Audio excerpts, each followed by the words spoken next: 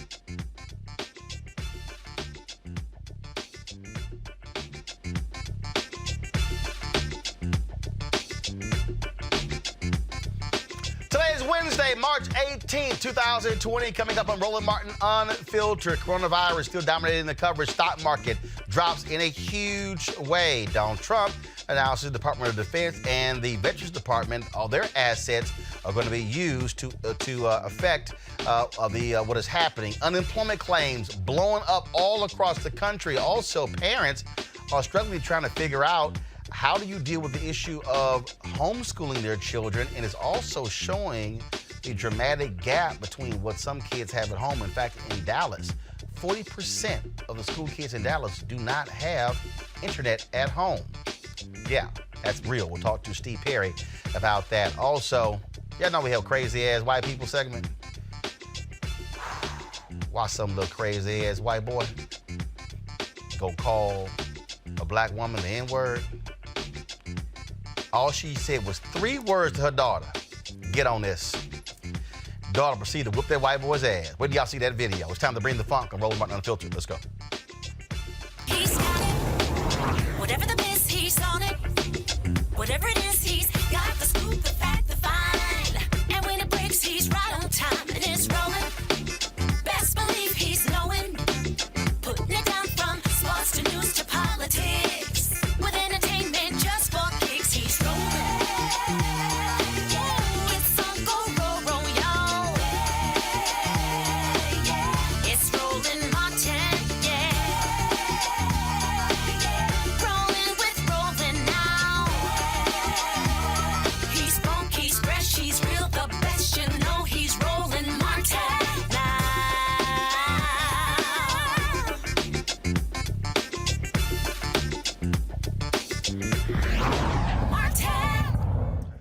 All right, folks, 7,048. That's the number of coronavirus cases in the United States, in every state, including Washington, D.C., and 3 U.S. territories. At least 116 patients with the virus have died. Now, Donald Trump continues to give updates on what is going on, primarily because he's been screwing this thing up from the get-go. Here's what he had to say today. To begin by announcing some important developments in our war against the Chinese virus. We'll be invoking the Defense Production Act just in case we need it. In other words, I think you all know what it is, and it can do a lot of good things if we need it, and we will have it all completed, signing it in just a little while, right after I'm finished with this conference. I'll be signing it. It's prepared to go. So we will be invoking the Defense Production Act. All right, so you heard him call this the Chinese virus, who's actually asked a question about Cynthia Vega of ABC News regarding that. And so here's what she had to say. Henry, go to my iPad, please. You keep calling this the Chinese virus. There are reports of dozens of incidents of bias against Chinese Americans in this country. Your own aide, Secretary Azar, says he does not use this term. He says ethnicity does not cause the virus. Why do you keep using this? A lot of people say it's racist. It's not racist at all, no, not at all. It comes from China. That's why. It comes from China. I want to be accurate. Yeah, please, John, please. I have great love for all of the people from our country, but as you know, China tried to say at one point, maybe they stopped now, that it was caused by American soldiers. That can't happen. It's not going to happen, not as long as I'm president. It comes from China. You keep calling this the Chinese virus. There are not only that, the White House, they've actually doubled down on this as well. And I'm going to pull this up in just one second. I was on shortly, a little while ago, and they even decided to drop a video that they put together calling this the Chinese virus. And so this is infuriated lots of people on this. I'm going to try to find that video for y'all in a second. But again, it's bothering lots of different people. We'll talk about this a second with our panel. But not only that, again, what you're seeing now this White House now try to be a hell of a lot more serious when it comes to targeting what's going on. And so Trump has even put this video out. They're trying to use the White House official account to try to drum up interest and support, putting out a variety of people, including his Surgeon General, Dr. Jerome Adams. Here's that video. As the nation's doctor, I often get asked, what should I do if I think I might have coronavirus? Well, it's important to know the symptoms. They include fever, cough, and shortness of breath. If you're having these symptoms or worry that you may have coronavirus, please call your healthcare provider. We don't want you to go into the ER or the doctor's office without talking to them first, because you might spread coronavirus to someone else. They'll help you think through and learn how to react, including figuring out where to go get tested if necessary. As the nation's doctor, I often get asked. There is the question of where do you go get testing? That was one of the issues that we saw even come up today, where in the news conference they were asked that question about testing. And that's still one of the fundamental problems that this administration has, is that they have not been able to roll out the appropriate number of tests in order for people to actually get tested. So they stand there, they say, well, this is what's happening. And of course, all of these different things are going on. But the problem still comes up. Do you have the level of testing that is necessary in this country? Unfortunately, that is not the case. As I said today, they stood before the cameras and held that briefing. I want to see if we could, guys, if you can go to some of that. And so go ahead and go to my iPad.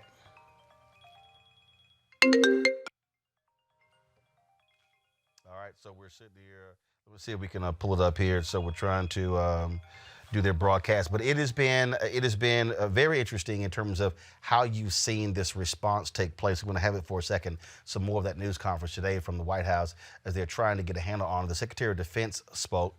The head of Veteran Affairs spoke. What's interesting about that is, isn't it amazing how they're now coming before the cameras one day after the New York Times writes a story saying that, oh, they've been missing in action? Mm-hmm. This is a guy who only follows media pressure.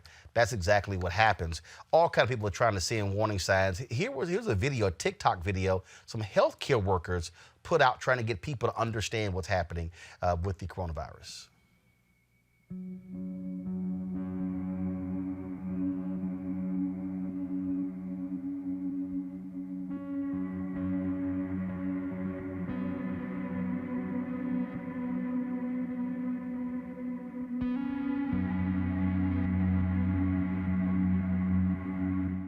All right, folks, and so many people are getting in on this whole deal. Even my man, Uncle Luke, said, enough is enough, damn it. Test everybody in America. Message to the United States government. Listen, y'all need to stop this bullshit. It's real simple. Give everybody the test. If you have it, you go into quarantine, you get treatment. If you don't, you go about the rest of your life. If you do not test people, what's going to end up happening is you won't know who have it.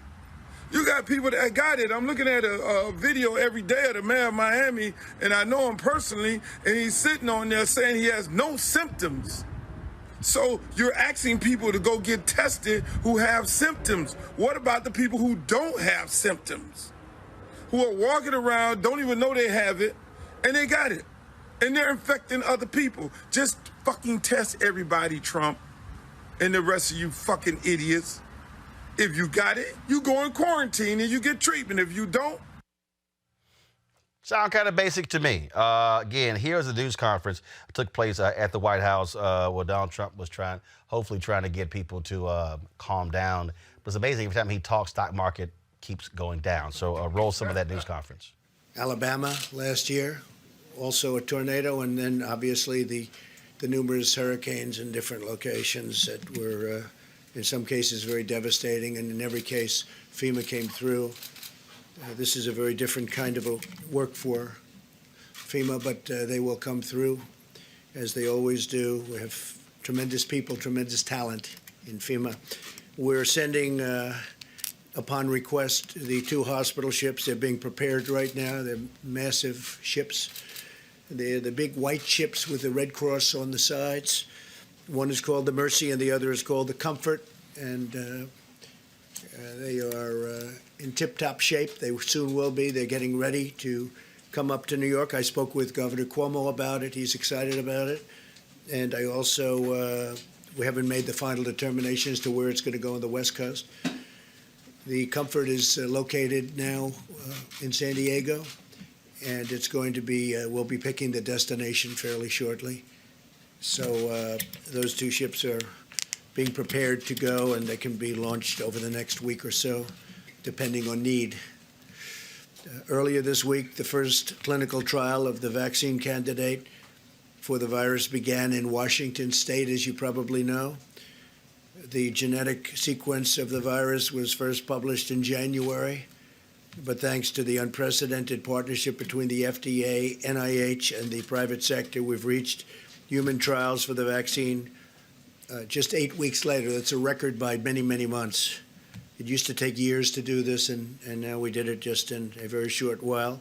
That's the fastest development in history of what we're doing with regard to the vaccine. We're making very, very big progress.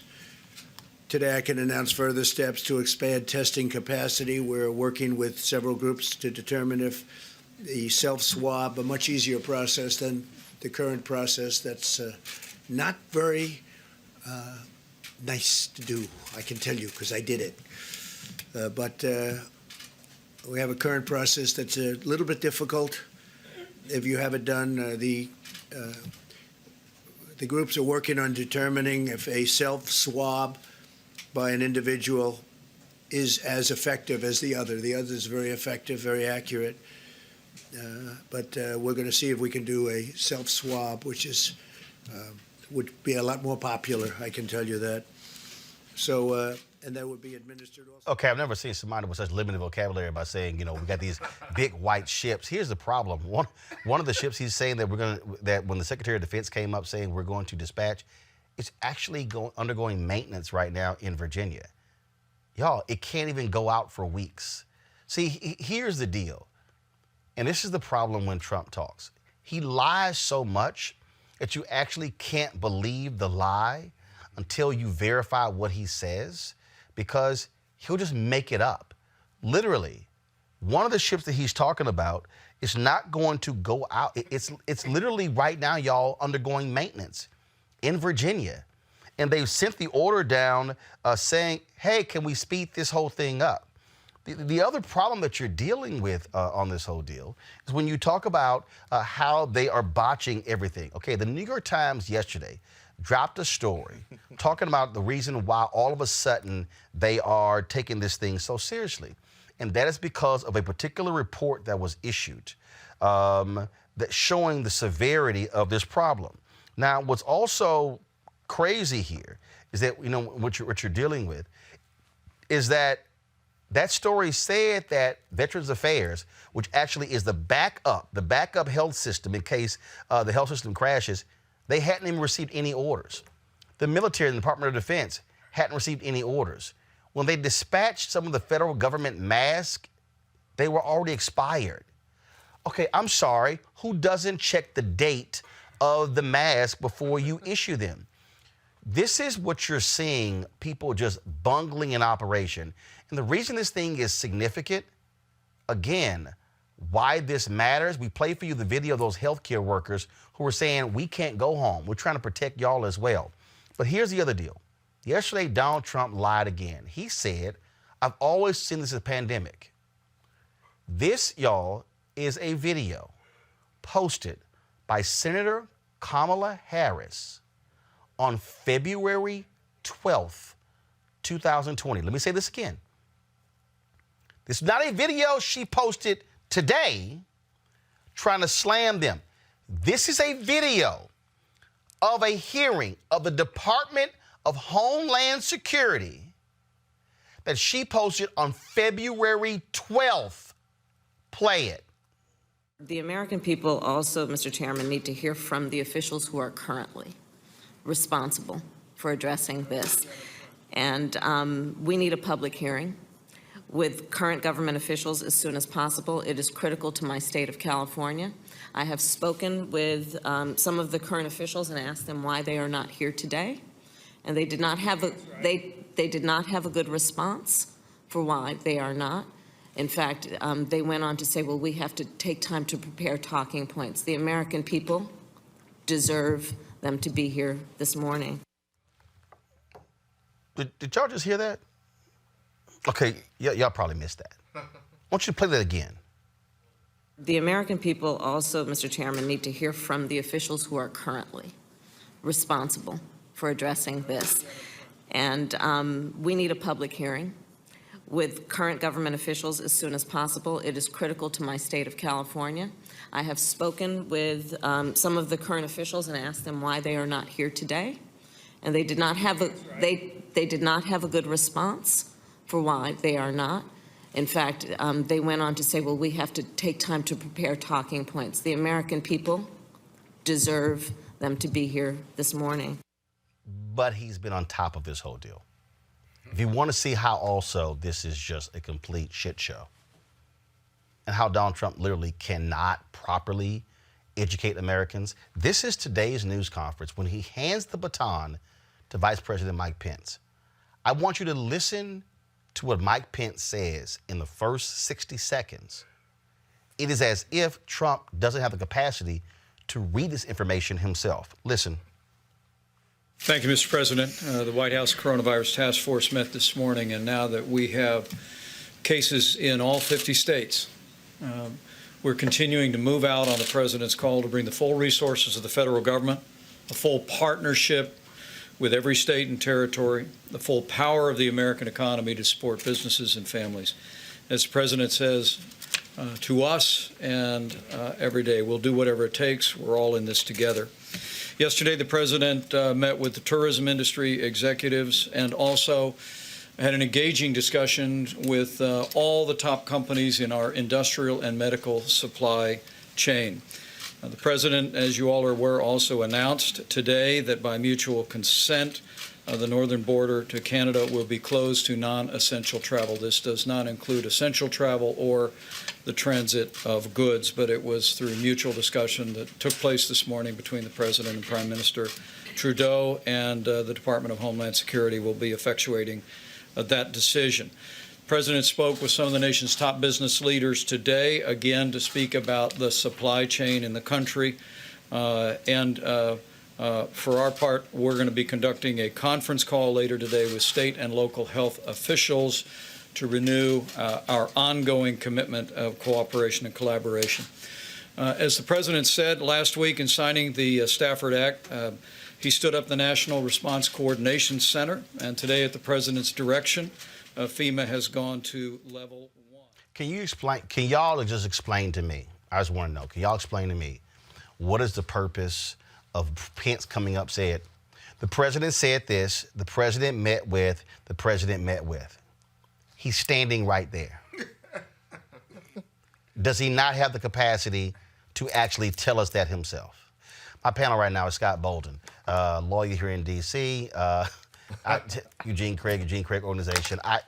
I'm more than a lawyer. I don't. Would you use my title? What the hell is your title?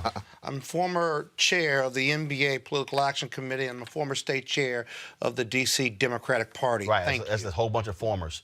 So Eugene, I don't understand. Current managing partner of a large law firm too. Okay, that's cute. I said you were a lawyer. Eugene, I don't understand. I mean, literally, dude, you're standing right there. Yeah, I mean, the thing is this. What this shows is that Trump is inept, right? And it shows that, to some degree, as painful as this may say, thank God we have Mike Pence there, somebody that kind of understands government and how government is supposed to work. Because what we see there is that Donald Trump he's inept. He has no understanding how government is supposed to work. He has no understanding how the full force of a federal government is supposed to respond to a pandemic or any type of actual emergency or disaster. I mean, there should have been testing taking place a month ago. I mean, we could have used the World Health Organization's test. He should have been helped coordinating all the states' National Guards to help facilitate these tests. I mean, the Army Corps of Engineers should have been building, makeshift hospitals across the country. I mean, and other situations, natural disasters and pandemics. One of the things that would have been mobilized were cruise ships to act as floating hospitals. So you're not just relying on the USS Comfort and the other one. I just don't. It's just illogical to watch this every day. Well, to watch what goes on, and to have someone who is supposed to be the person who is the most reassuring. We're on top of this. He ain't got that in him. And then he has comes never out, asked for forgiveness. You're asking him for he something comes he doesn't out have. and sounds halfway intelligent, and the media's like, "Oh my God!" I mean, Dana Bash on CNN. She's in the oh my bag God! of- And it's kind of like, you know, that's not gonna last. And then this morning at And he's 9, reading it, and by then the this way. morning at 9 a.m. he's trashing sleep, and then he literally says in the news conference, "Sleepy Joe Biden." I mean, it's like, what the? Go ahead. He's only programmed. It doesn't bother me that the vice president said what the president did. It's a bit odd, but who knows? I'm more concerned about the fact that we're way behind, one. Yeah. Two, this is not something you can catch up with right away. Look at Italy. Thirdly, 425 deaths overnight. exactly, and they're on total lockdown. But here's the other thing, water's clear. that we're not prepared to get prepared in an efficient manner as well. So, for example, you have the Health and Human Services leading this kind of pandemic response. Well, wait a minute now. Where is the FEMA, if you will? Because under FEMA with natural disasters in the U.S., they run and call the shots, and they have access to every government entity. Well, But finally, DHS secretary. But finally, okay, FEMA's brought in, and again, They're just on the team. They're not running. No, that's what I'm saying. Okay. Because how he views FEMA's role is just, okay, y'all do little stuff over here. Now, again, when you have no understanding of the federal apparatus. And you won't listen. When you won't, then the excuse is, well, we've never seen this before. Okay, but there's a reason you have a federal apparatus. There's a reason why you have procedures in place. Well, you have people in place. No, you have none of this. And so the problem is still, I was watching Bill Ackerman on CNBC. He said, 30-day shutdown. but he's right. The real, and I said the other day, Americans are freaking the hell out because they can't handle if you say shelter for 30 days. He said, you're going to have to shut the nation down for 30 days, do massive, widespread testing, so you have an understanding of where it is, of where we're going. And what the real numbers are. Right. Yes. You Exactly. can't, but when your whole modus operandi is, I don't want big numbers because you're afraid of the repercussions. So Ackerman's whole deal is you can't do this piecemeal. They're coming anyway. This whole 15-day thing, look, I'm telling you, initially it was, okay, governors, then it was like, okay, don't congregate with 1,000 people. Then it was like 500. Then it was 250. Then it was 50. It was 50 on Sunday. Then on Monday morning, they said it was 10. Now you have Governor Cuomo of New York, who has ordered businesses to be at no more than 50% of employee capacity. Yeah. So what's happened, because the Obama, you cannot get control of something as long as you have dumbasses on spring break in Miami, thousands on the beach, whatever. No, you're literally going to have to say, shut it all down, test, massive testing, massive assessment, and the testing can't just be like the Surgeon General. If you're showing symptoms, go to your doctor. Okay, so then explain to me now, but explain to me the NBA players who have tested positive for coronavirus who don't have symptoms. They found 60 tests somewhere. But the thing is, there's one other agency that I want you to talk about, or I think we should talk about, because they've been completely absent too. They built bridges, they built hospitals all around the world, right?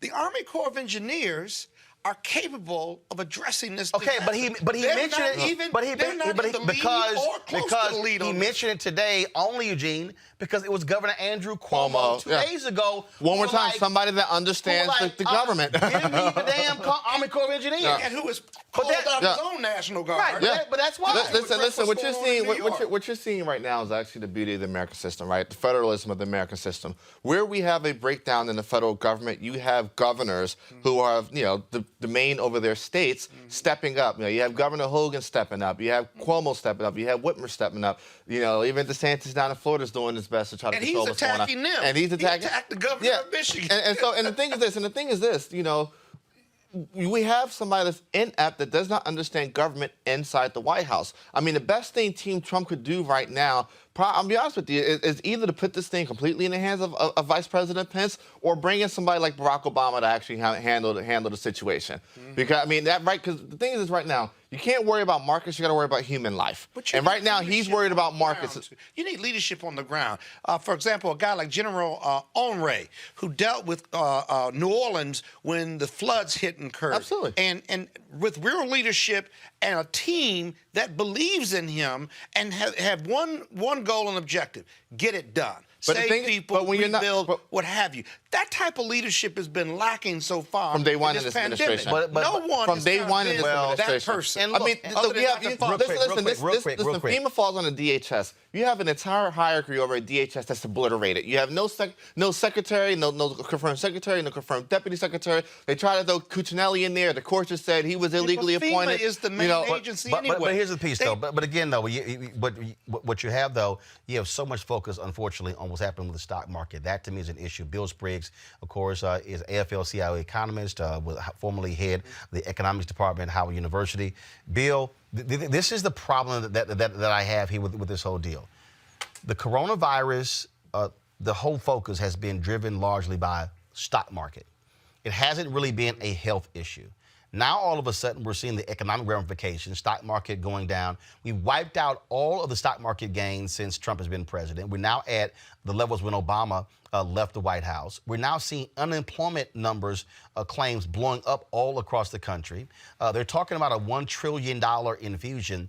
There are others who are saying, no, this thing is so significant. You're going to have to literally, it could be as high as 5, 10, 15, 20, $30 trillion in terms of sending money directly to the United States, directly to U.S. citizens. I mean, that's the type of situation that we are in, because at the core of this bill, we still don't know how big of a problem this is, because we have not had massive widespread testing. Well, we didn't have the testing, so one of the problems is even the steps that have been taken, we don't have a way to evaluate how well they're performing because of that. But this is also an economic issue, and it's an economic issue and a health issue, because this is a downturn that's centered around service sector workers. We're shutting down the restaurant and drink establishments. There are 12 million Americans who are employed in food and drinking establishments. That's the size of our manufacturing workforce. So what we've just done is pretty much equivalent to telling every factory in the United States close when you think about how many people are involved. But these are low-wage workers. Most of them do not have paid leave. Many of them have no leave at all. They don't get to take sick days. Many of them have earnings that are too low to meet the earnings test to get unemployment from their state. Many of the states have put up very poor systems for people to access unemployment.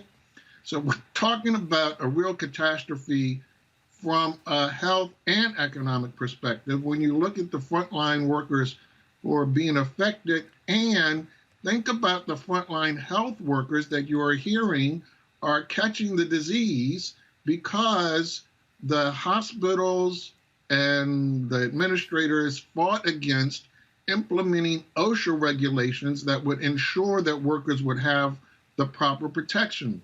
So we're going into this in Washington, D.C. Just recently. We had an EMS station where one worker tested positive, and now the rest are under quarantine.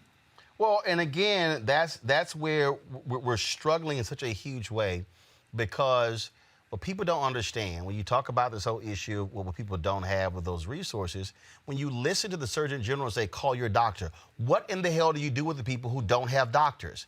The number of low-income people who, frankly, rely on emergency rooms. Then you have an administration that hated the Affordable Care Act, did everything they could do to knock it down. Then you had Republican states, those governors and legislatures, who didn't want to have Medicaid expansion. And so now what we're seeing right now, we're actually seeing our system being stripped butt naked and exposed for what it is. In a moment, I'm going to talk to Principal Steve Perry and what's happening on the education, because all the people who are saying, shut the schools down, homeschool them, or you can go online, but then you got I mean, South Carolina, they're actually converting 3,000 school buses into mobile Wi-Fi units because guess what? The kids don't have internet. And so you got all these people who are walking around, and I keep telling people, stop assuming because, you know, you're middle class and you've got Wi-Fi in your home and you've got cable and you're able to go to Costco because you got a Costco card. Well, guess what? You got to pay for a damn Costco card.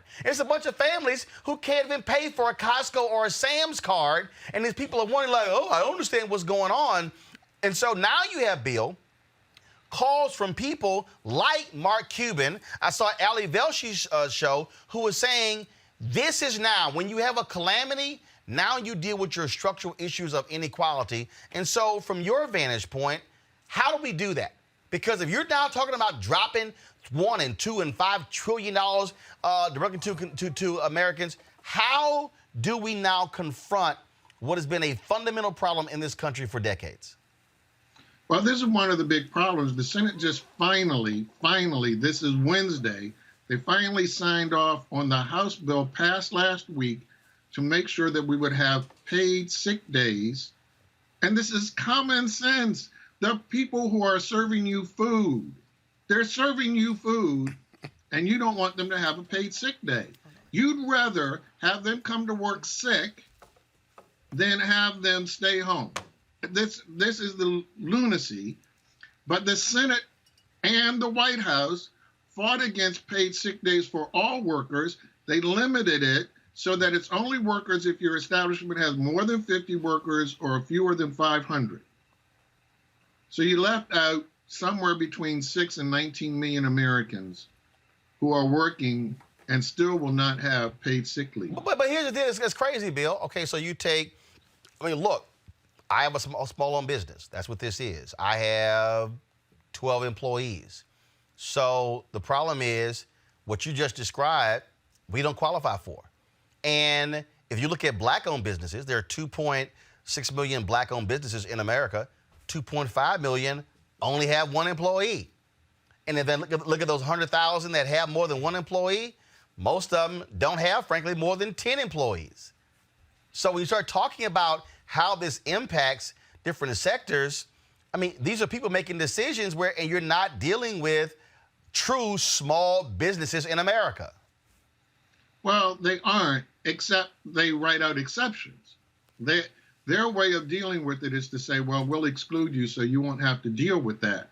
But here's the reality.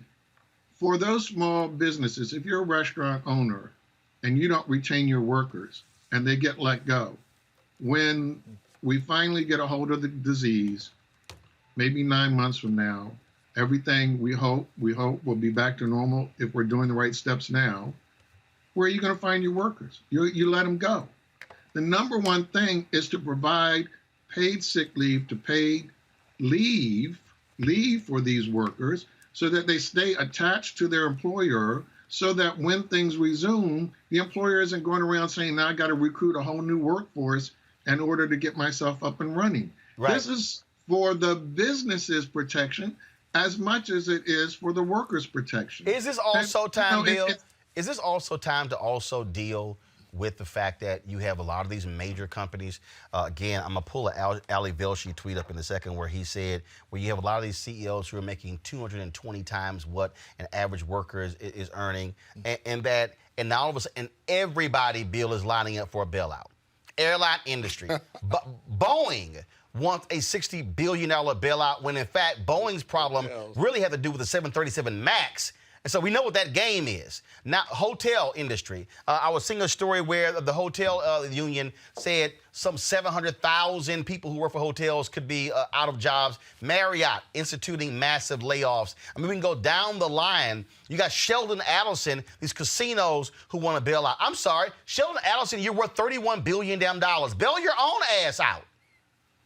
Well, this is the thing. I mean, in fairness, it's okay for them to get the bailout as long as, and number one, as long as it's to make sure that the employees stay employed, as long as the workers are getting a paycheck. This is the key issue. So in the airline case in 2001, because of 9/11 and the disruption to air traffic, we bailed out the airlines. What did they do?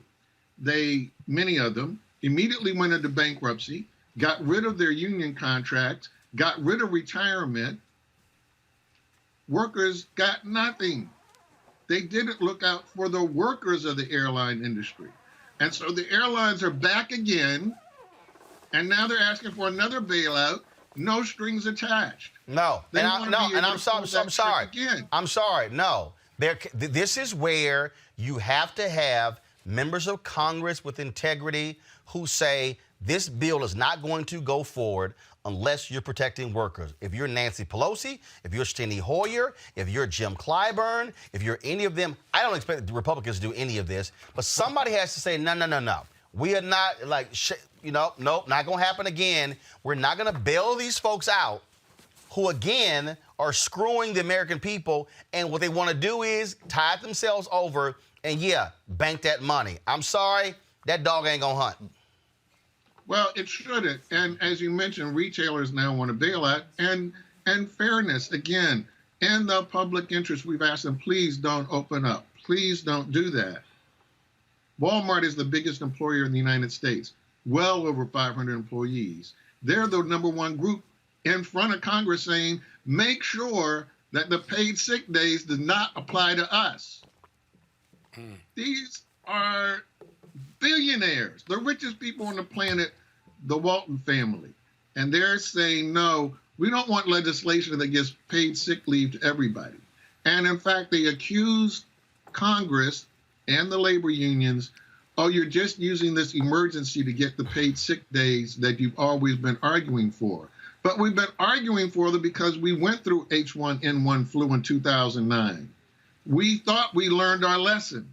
We didn't. So here we are again at the last minute trying to cobble together common sense policy approaches.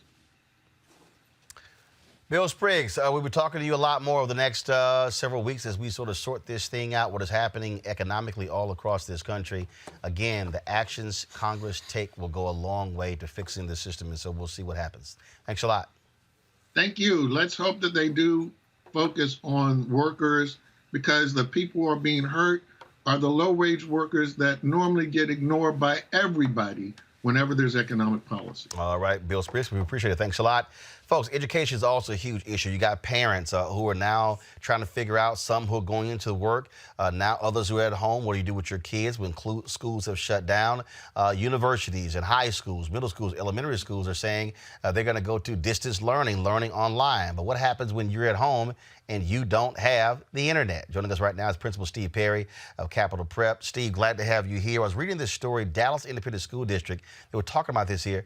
They say 40% of their students, we keep talking about food, which is obviously important, and things along those lines. They say 40% of our students don't have internet. Well, that's interesting, because one of the things that's starting to happen is that, first of all, hello, Roland, long time no see. One of the things that's starting to happen throughout the country is some of the large internet providers, at least in the Northeast, I don't know about down south, are providing free internet for families during this time. They are, some of the online learning platforms are also doing the same thing, like Zoom is now free to educational services. So that's disappointing to hear that there is not a strategy in place in a place like Texas, where the internet providers like Comcast and Xfinity and others aren't providing. Because in New York and Connecticut, I know for sure. Well, first of all, Comcast made a statement. which they actually posted, and I'll pull up in a second. But here's the deal, though. Again, if I don't have a router at home, I can't pick up the internet. And so, and what this is exposing, just like when it comes to on the economic side, what it is exposing are the gaps in the difference between, again, people who are middle class or upper middle class and people who don't. There are a lot of people who, if you're middle class, you go, it's like the whole deal with voter ID. You have these arrogant people, like, I don't understand, what's the problem? I mean, you have a driver's license. Well, guess what? Not everybody drives. And then a lot of people who don't need a driver's license because it's just not a requirement. And one person may think, well, this is just so basic, it's just so expected, like, why don't you have it? Not realizing somebody else's situation. To the point where you were saying, Henry, go to, actually, let me pull it up. Let me switch over here and pull up on this iPad over here. Comcast made this announcement a day ago. Henry, if you can pull up, you can. Today, we announced a comprehensive COVID-19 response to help keep Americans connected to the internet, offering free unlimited data, opening Xfinity Wi-Fi network nationally for free, waiving late fees, and helping low-income families get connected. What's happening, though, with a lot of schools, they're realizing not all kids have iPads. Not all of them have computers. And so we're now seeing, again, this thing exposing the difference between the haves and the have-nots. So who could disagree with that, right? But one of the things that is happening, Roland, is that many school systems are, in fact, allowing children to check out iPads or whatever the platform that they're going to be, whatever the mechanism they're going to use to use their online learning. So whether it be an iPad or a MacBook or Chromebook or whatever, they're allowing children to sign them out. And what is important about that is I think we have an opportunity that we've never had before in the American, not in our lifetime, in the American academic experience, to rethink the way in which we educate. Right. We actually now can begin to create schools of one like never before. We're very excited, believe it or not, Roland, about what we can do academically. However, there are real challenges. So on Tuesday, after school, there were helicopters flying above our school in Harlem because there's a bit of a war going on between a couple of communities. And because we're a charter school, we have children coming from various communities. And because we're in a densely populated area, there are kids coming from different communities coming to a central area. One of the young brothers who attends our school said, and this is before Corona was part of our decision-making process, he was concerned about summer. He said, the reason why I come to school early is because I need to get about this foolishness. We have real contextual challenges that are occurring that we're not thinking about. Our schools, in many cases, are the safest place for many of our children. Again, the kids I work with are in places like Bridgeport, Connecticut, and Hartford, Connecticut, and Harlem, and the Bronx. Communities that are struggling in many ways. And so our children are afraid to be home. So while we're excited about what we can do to teach them, and I wish I could show you some of the really cool things our faculty are putting together, I also have to keep in mind that what's happening in our community is a real thing. Our block was surrounded by police officers just because kids were getting into foolishness. It's not even summer yet. Well, it is certainly, I think, for a lot of people, showing the gaps in our education system.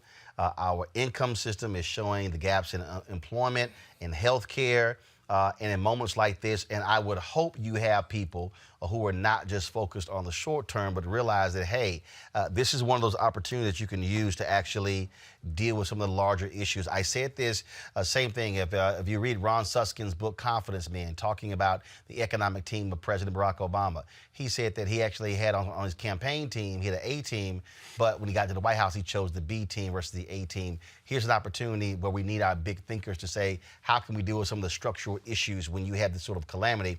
I'm not quite sure that they're going to be thinking that way, but I think we should be pushing them to think much bigger and broader. Steve Perry, always a pleasure, man, and keep handling your business. Likewise, bro. I want to go back to my panel here. Lauren Victoria Burke and then PA joins us. Folks, I mean, this is, I go back to what I was saying with Bill and with Steve. You cannot ignore these major things that are going on and how you do have a moment. You actually have a moment to actually deal with some structural stuff. If you got people who are thinking like that, or it's just send more money out and then it's gonna fix it. Yeah, look, the thing is this, bailouts, you know, there's a level of moral hazard that comes with bailouts. Look, we saw that in 2000, 2008, 2007 to 2009 with the bank bailouts. I do think that, look, if the government comes out and, well, first and foremost, if there are going to be any bailouts, the first people need to be bailed out are the American people, American taxpayers, you know, that keep everything afloat. Secondly, if you're going to come in and start bailing out industries, there, you know, look, if you're going to take the dollars, you know, and not necessarily with the gun to your head, the way Treasury did it in 2008, 2009 with some of these banks that didn't really need it, But if you're going to ask for a bailout and take the bailout, I do think that, hey, the government has the right to have some strings attached to it. And I think Mark Cuban went down, the proper path. I think, look, some of these companies, their employees should be able to partake in the profit sharing. Their employees should be able to partake in the stock and buying stock of the company. I do think you have an opportunity to deal with some of the structural things here. But one, you have to have the will of government, and two, you have to have the will of the people. Hey, I'd be satisfied if it's part of the bailout, because I do believe in giving it to the industries that are hurting, but that the employees who were in place when you laid them off, they come back, you get back to status quo, and then at some point, obviously, you're free to make whatever management decisions you want to make, but they have got to be there for some period of time so it doesn't look like you're going to fire them to take advantage of the bailout, minimally. Now, you can do a lot more with that, but minimally, that ought to be the case. Because if you look at the auto industry and some of the other industries that were bailed out under Barack Obama, they made them turn around. And the other thing is this. You could also make some of these loans whereby the industry or the industry participants would have to pay the government back. Right. And that's worked. You can't, Lauren, bottom line is you cannot sit here and have a system where these companies are participating in changing these laws, having these carve-outs. I'm sorry, if you're going to line up for taxpayers to bail you out, to me, it better be some hardcore, stringent rules put in place. And this is real simple. If you don't want to abide by them, you're on your own. Yeah, well, like what Eugene just said, I just got off of 95 coming from Richmond. I spent the day with Lieutenant Governor of Virginia. And the biggest thing that we get in terms of panic are three sectors, right? So small business owners, obviously, faith leaders, pastors, and parents of kids. And we know what that's about. Obviously, their kids with them. It's really not an economic thing. It's just a child care thing, which is actually an economic thing. But at any rate, the panic is real, and it should be real because some of these business owners that we've been talking to are going out of business within 14 days. Yes. So Mark Cuban was right when he said that let's not be giving businesses this money so they just reinvest in their stock. Right. Okay. And what Eugene just said, and what the president is endorsing with this 2,000, I'm telling you right now. I mean, my major was in history, but I don't think you need to be an economist to figure out when people cannot pay their rent, when they cannot pay their mortgage, when we have a country whose average savings account is like $500 or $600. Okay, those margins cannot be withstood. They're too tight to go 2 and 3 months with no income. Right. That can't happen. And I hear first of all, while you're talking, keep going. Henry, go to my iPad. Justin because HUD, Fannie Mae, and Freddie Mac suspended foreclosures and evictions during this whole outbreak. Go ahead. Right. Justin just texted and said New York is suspending debt collection. Yeah. Of some type. So that conversation has got to be accelerated very quickly. Yeah, I mean, you've had, of course, when Trump made the announcement about student loan. No, when they said they suspended interest. No, forget that. Right? No, you got to stop. You got to suspend right now the payment of student loans. And forget tax credits and all this nonsense dancing around the edges. I'm talking cash money, and it's good to see that the president is endorsing the 2,000. Person. That's the direction. First of all, when Tom Cotton. Right. Or Romney. Romney got Romney from Utah. Tom Cotton from broke-ass Arkansas. Yeah. When Tom Cotton stands up on the floor and goes, pay it off. No. We got to send money direct. Right. Because you're absolutely right. What is happening here? Look, this is how basic this whole thing is. 3 days ago, I hit my parents. Look, my parents are 72. Right. Okay? They live in my home in Texas. First thing is, do y'all need cash? Right. Because, see, the other thing is this here. What's happening is, right now, cash is king. Yeah. Because the deal is, you now start dealing with credit. Now you start talking about credit cards, interest rates. People, all the folks who have been playing around with this whole deal, don't seem to understand. This is not some small deal. This is impacting every sector. And I'm telling you, Scott, I'm warning y'all right now, expect it. I believe we are 2 weeks away from what's going to be a mandatory shutdown. Because if they are unable, we got to be doing 1 million, 2 million, 3 million tests a week. This whole deal of, hey, we're shipping out thousands. No. You got to be able, this is very basic math, 300 million Americans. If you do 10 million tests in the next month, it's at 290 million. And the problem is this whole deal about show symptoms, but you got people, you got NBA players, somebody need to explain to me how in the hell they got tests, who got tests, and guys are like, I'm showing no symptoms. Well, but it's this thing is about this. Need 10 million. It's going to be. You're right. You need 10 million, or you said 3 or 4 million. No, I'm saying if you do 10 million in the next month, you still got 290 million Americans that ain't been tested. But you're going to have more people, whether they're tested or not, who are going to become symptomatic, and so it's embarrassing. For example, here's the panel right here, right? Nobody's symptomatic for the coronavirus, right? Okay, so here's the number one question. If you wanted to be tested, because you could be asymptomatic, right? Right. Where would you go in the next 24 to 48 hours to get a corona test? Anybody on the panel? Hold on. First of all, according to I have no idea. I know in Maryland. According to the Surgeon General, you're not supposed to go. No. According to the Surgeon General, he said call your doctor. I called my doctor. Here's the problem with that. My doctor said you I have don't want to you have test. doctors who you have. There was a woman who was a doctor at MSNBC who said, I have a patient who is showing symptoms, couldn't get a test. Booyah. Now what? A patient showing symptoms, then it was kind of like, well, are the symptoms serious enough? What? Do you have to be gasping for breath? I mean, this is, and the thing is. So what do you do with that patient, though, Roland?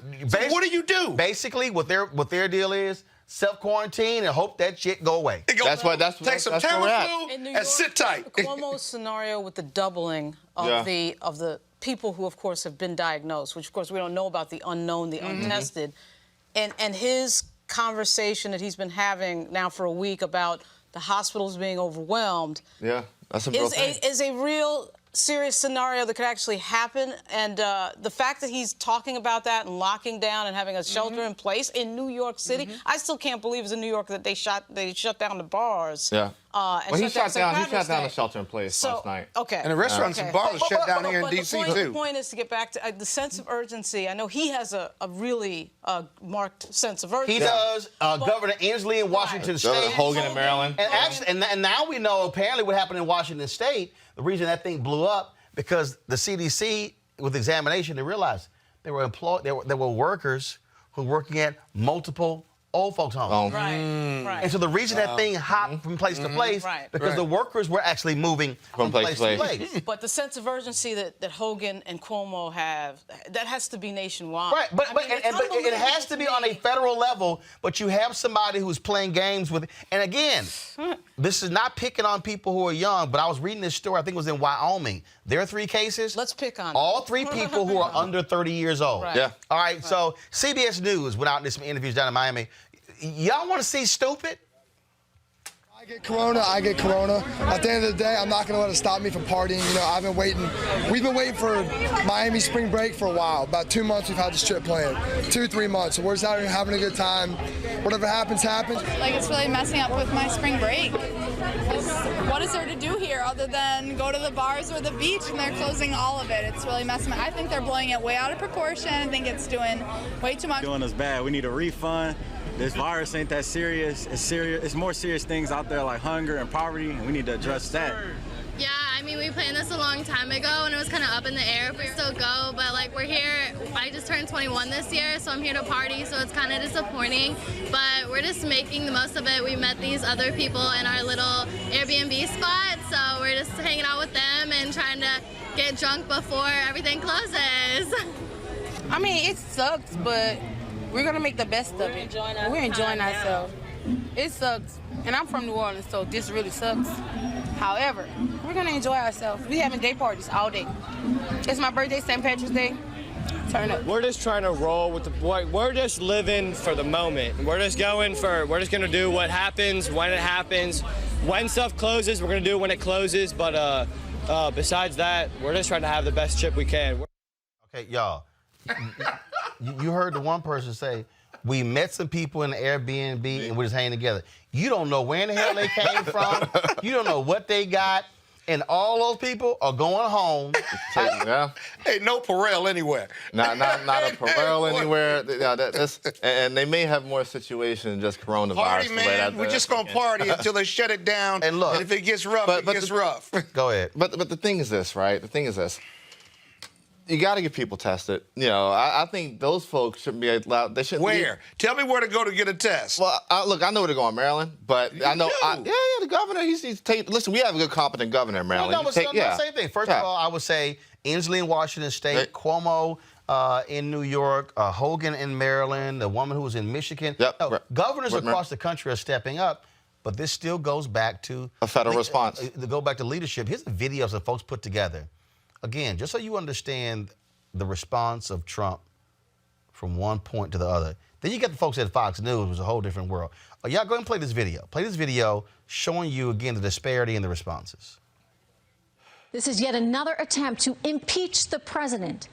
And sadly, it seems they care very little for any of the destruction they are leaving in their wake. We must test for the virus in order to stop the spread of it. What could be a very great recession. Some predicting even a depression. At worst case scenario, it could be the flu. I feel like the more I learn about this, the less there is to worry about. I was about to say the same thing. We don't have immunity to this virus. It's a new virus. It's a pandemic strain of a virus we haven't seen before. All the talk about coronavirus being so much more deadly doesn't reflect reality.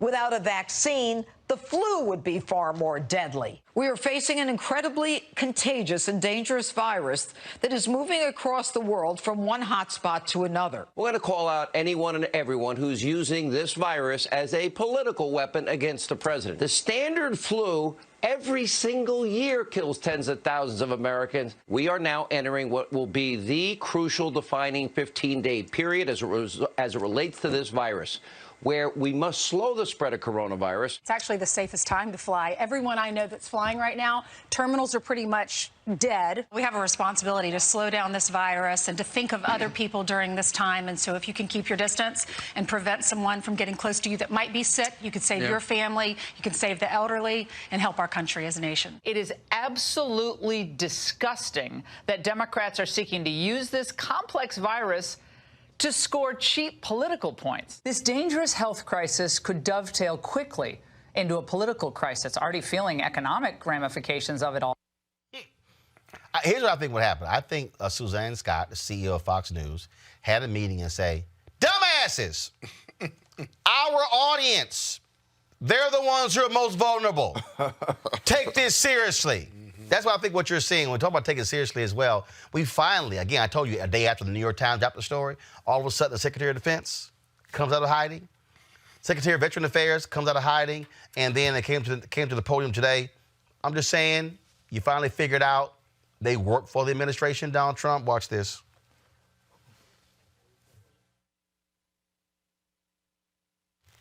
You guys DOD's coronavirus efforts as we continue to focus on our three priorities. That's, first of all, protecting our personnel and their families.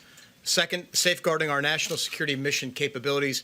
And third, of course, supporting the administration's whole-of-government approach. First of all, though, I do want to assure the American people that the United States military remains ready and capable of defending the country and our interests abroad. Now, with that, the Department is leaning forward in our response to COVID-19. We have issued international and domestic travel restrictions to all DoD personnel and families that should dramatically reduce potential exposure to the virus. Those have been in place for some time now.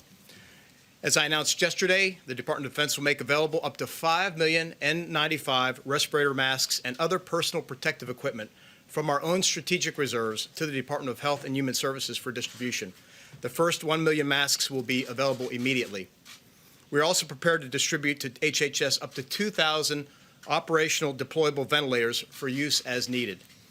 Yesterday, I was at Fort Detrick, Maryland, which is probably the military's premier research institute, where I got updated on the incredible work our people are doing as part of the interagency team to work on vaccines and therapeutics. They are making great progress there. We also have announced that we've certified our 16th lab, or will soon certify our 16th lab to help with processing tests from across the country. Additionally, I have directed, as the President mentioned, that the hospital ships Mercy and Comfort be prepared to deploy to increase the nation's medical capacity. And we have also alerted a variety of field and expeditionary hospitals to be prepared to deploy as well as needed, based on direction from the Commander-in-Chief. Today, leadership from the Army Corps of Engineers is in New York, meeting with Governor Cuomo and his team. I spoke with Governor Cuomo yesterday, and other governors I will be speaking to more in the coming days to make sure that they know what DoD can provide through our system to address their needs.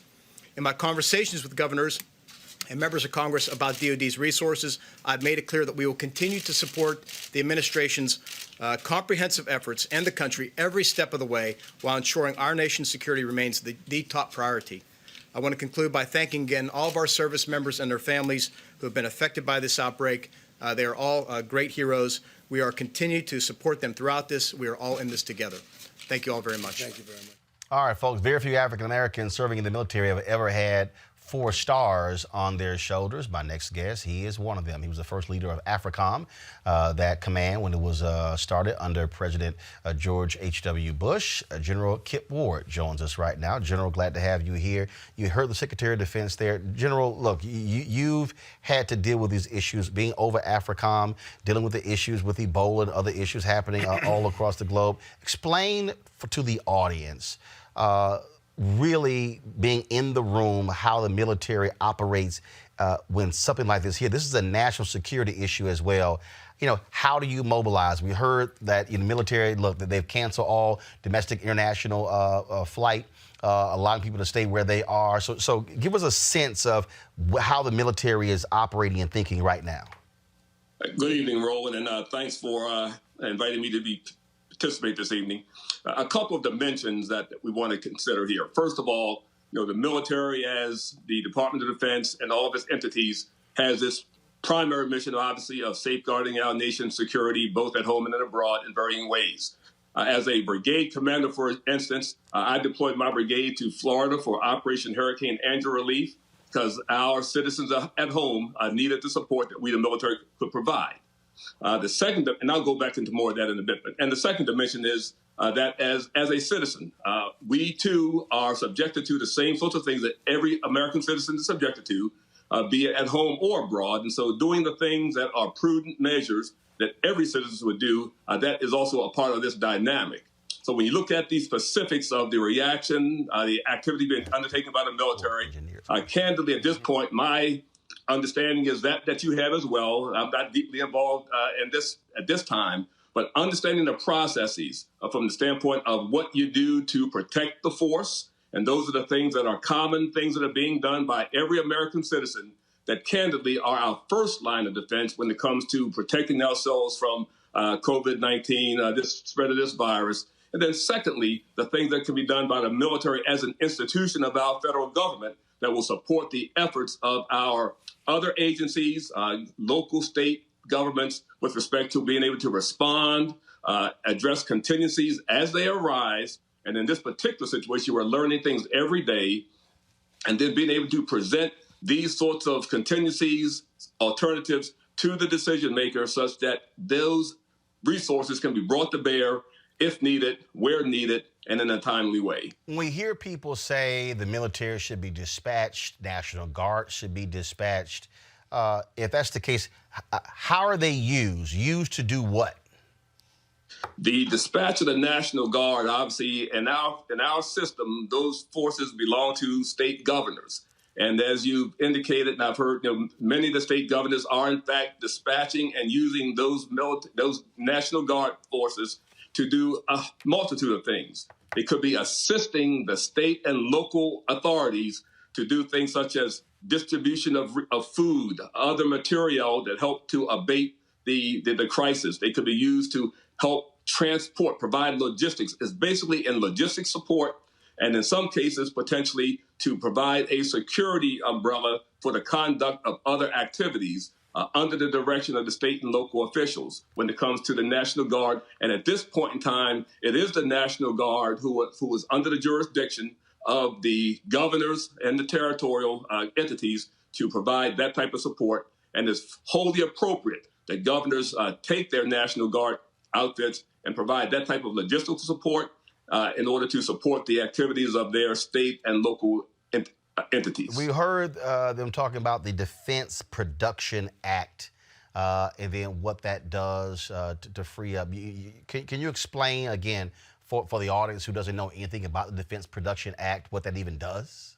Essentially, in a national emergency, those industry activities that produce commodities that are important in addressing a particular situation can be directed by the president to then develop as well as to produce those items of equipment that are important to addressing the national scenario. And so in this case, those private entities that make various things that are important in addressing this situation, because of the invocation of the Defense Production Act, those institutions and those jobs, those particular agencies, those corporations devote their resources to producing products that particularly designed to address this situation. And that is done under the auspices of the Defense Production Act.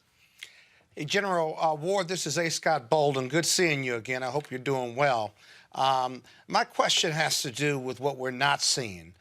In your opinion, what aren't we doing? What aren't we seeing? What aren't we moving forward as the federal government addresses this coronavirus? For example, I raised earlier in the show the Army Corps of Engineers could be brought in to lead to set up hospitals. They build bridges. They do all kinds of incredible things all over the world, and yet we don't see them in some leadership role.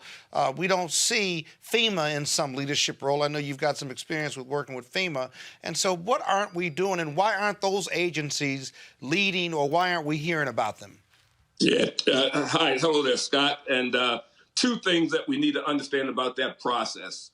One, in our federal system of government, and regardless of how we may think about it, and having been a part of many forms of government, this one is the one that I would certainly want to be living under, where when you get to the type of disaster situation that exists, and this is clearly a global disaster situation and is impacting our country, but the state, local authorities put the demand on the table. You don't see generals like I was marching into an area and saying, this is what I'm going to do, move aside. Now, there may be times when someone might want to see that, but again, that happens in places where I've been, and certainly you have as well, and that's not how our system of government is established. And so unless a lot of other things change, that piece of it is the way it is, and candidly, I'm okay with that. Secondly, when it comes to what's not being seen, I mentioned the fact of contingencies. You know, the United States military, we plan for the unknown, not because we know the specifics, but when it comes to providing support, a range of contingency actions that can be taken, from moving logistics and supplies to safeguarding facilities to providing stocks that may exist in the stocks of the Department of Defense that could be then used in that civilian contingency, from airlift to other sorts of things, are appropriate. The response is contingent upon the examination of the specific activity at the time, as opposed to doing things, and to use a term that I use when I served AFRICOM, you want to add value and at a minimum do no harm. And so as you add value, that value must be from an informed position, and that information is derived from how you understand what you're getting from state and local entities. And then once that's understood, you respond in kind as best as possible when it comes to moving forward and supplying with either logistics, augmentation of personnel, some organizational activities. And so the various entities, be it the U.S. Army Corps of Engineers, which is basically a civilian entity. It's basically a civilian entity that comes together. It doesn't exist in one glob. It comes together as pieces may be needed from the contractor support that's available. You have certainly a professional corps that's there that operates day in and day out. But when it comes to standing up and bringing things together, be it out of our National Guard and Reserve, mobilizing these activities is what goes on. The plans that exist to do that are plans that are contingency plans based on a range of scenarios that can be tailored to the specific situation at hand. Lord, it's Lauren Burke. How are you? During your time in the Army, there's a lot of rumors right now about quarantining people.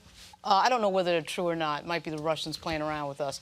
But when you were in the Army, you ever hear of a plan that sounded like it could actually happen where Americans would be quarantined someplace for any reason, whether it was disease or anything else? Well, certainly quarantine is a term that we all are aware of.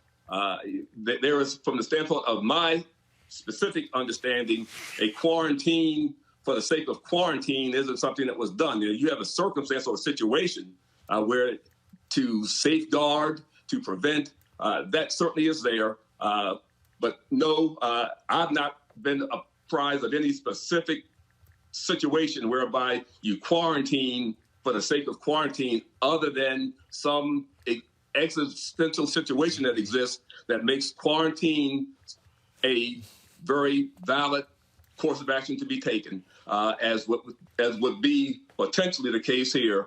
And as right now, in a sense, we are there. I mean, I'm here now, I will, quote unquote, grounded, because I'm taking the advice of those who say it's best to stay put and prevent the spread of this thing. And when you see folks who don't do that voluntarily, well, it's kind of like what President Kennedy said many, many years ago, ask what you can do for your country. What every individual American citizen can do to help combat this is to interact as little as possible, because the more you interact, the greater potential is for this thing to spread in ways that we still don't understand candidly. And the greatest prevention to that is to stay put so that you don't risk the spread of this disease. And in today's global environment, it's even more a potential if the mixing, the interaction is such that it just enhances the potential for that happening. And so quarantine, if the situation demands it and requires it for many reasons, would be an appropriate course of action, given all other options and alternatives having been tried, tested, or deemed to be would not work. Hi, General Gene Craig here. Question. So we have an absence of leadership right now. And so my question to you is, being someone that oversaw AFRICOM and, has a thorough understanding of, what disaster response looks like on multiple different levels and different scales, if you were president, who would be the one person that you would, appoint essentially as the point person to handle this response, to bring all the levers of government together, local, state, federal, and how would you empower them? Because I think that's what we need right now. I mean, a lot of the governors are stepping up, but the federal response just isn't clicking right now. Yeah, well, I don't think I could answer that, because I probably don't have all the information that would be important to make that determination. Again, we live in a federal system of government, and that federal system of government that I swore for 40 years to obey and respect, and I still do. Nothing has changed about that. And unless we're to throw a lot of other things, then we have to ensure that what we do in our federal system of government works.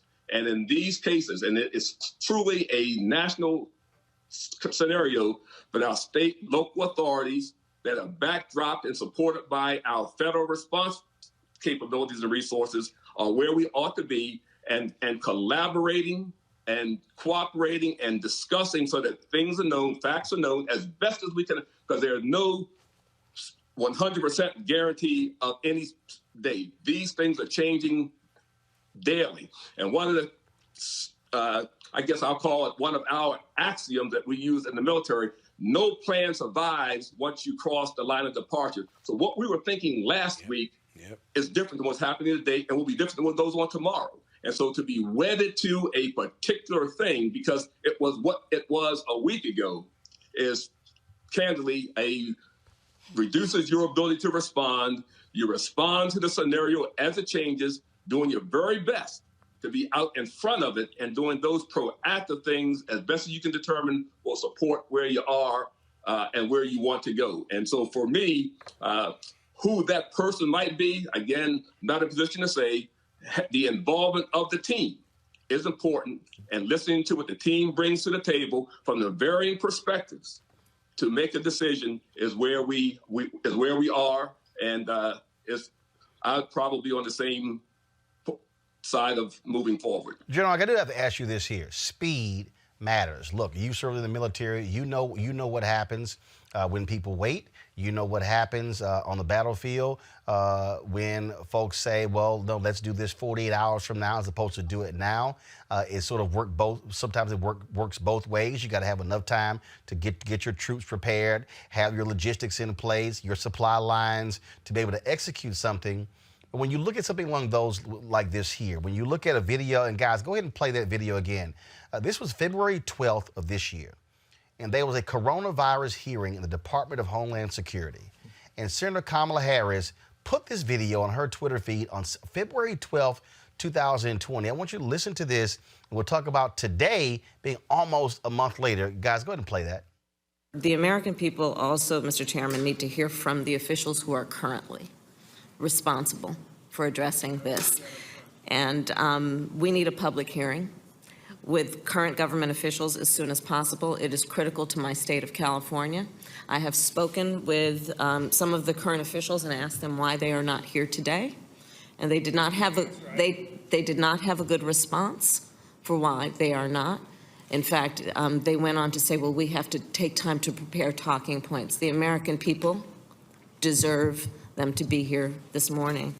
I'm not asking you to critique this administration. If you choose to do so, you will. But when you think back to that, February 12th, 2020, when you look at the comments where Trump was like, we got to contain, it's under control, I'm not really worried about it. Here we are a little more than a month later.